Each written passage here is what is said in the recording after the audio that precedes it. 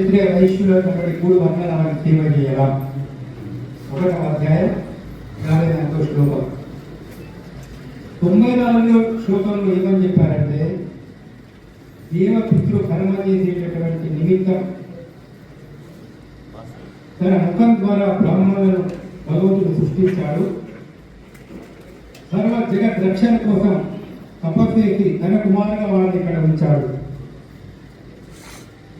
100వ శ్లోకంలో ఏమని చెప్తారంటే, ఈ భూమిపై గల సమస్తం బ్రాహ్మణుడే. అందరి హితాన్ని కోరి దాన ధర్మాలు తెలియజెప్పి సృష్టిలోని స్థితిని సరిగ్గా ఉంచడం, సకల దానాలు బ్రాహ్మణుడికి ఇవ్వదగినవి.